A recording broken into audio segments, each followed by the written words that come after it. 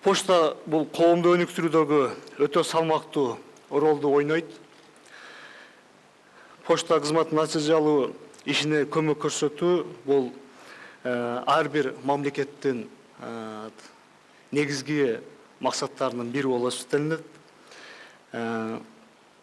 Бүгүнкү күндө биздин өлкөдө Кыргыз поштасы мамлекеттик ишканасында көп профилдүү 922 объект иштейт. Өкмөт Кыргыз поштасынын ишин жакшыртуу, өркүндөтүү, модернизациялоо багытында алгылыктуу кадамдарды ишке ашырып атат десек жаңылышпайбыз. Мунун баары элибизге кызмат көрсөтүүлөрүнүн арзан, бат жана жеткиликтүү болушун камсыз кылууда, ошондой эле мамлекеттик долбоорлордун ишке ашырышына чоң жардам тийүүдө.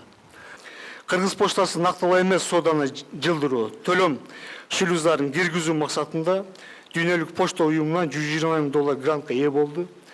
Дүйнөлүк почта уюму тарабынан Кыргыз Республикасынын аймагына пошталарды жеткирүүнүн сапатын жакшыртуу боюнча долбоорубуз мына колдоого ээ болуп, бүгүнкү күндө мына астыңыздарга ушул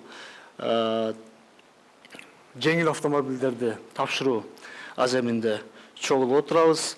Мен убакыттан пайдаланып ушул Дүйнөлүк почта уюмунун эл аралык бюросунун генералдык штабынын Бишар Хусейн мырзага Кыргыз Республикасы өкмөтүнүн атынан терең ыраазычылыкты билдиребиз. Урматтуу мекендештер, мына Кыргыз поштасы тарабында бир топ көйгөйлөр бар экенин биз жакшы билебиз. Бизде ушул 544 байланыш түйүндөрүнүн 50% капиталдык ремонтко муктаж бүгүнкү күндө.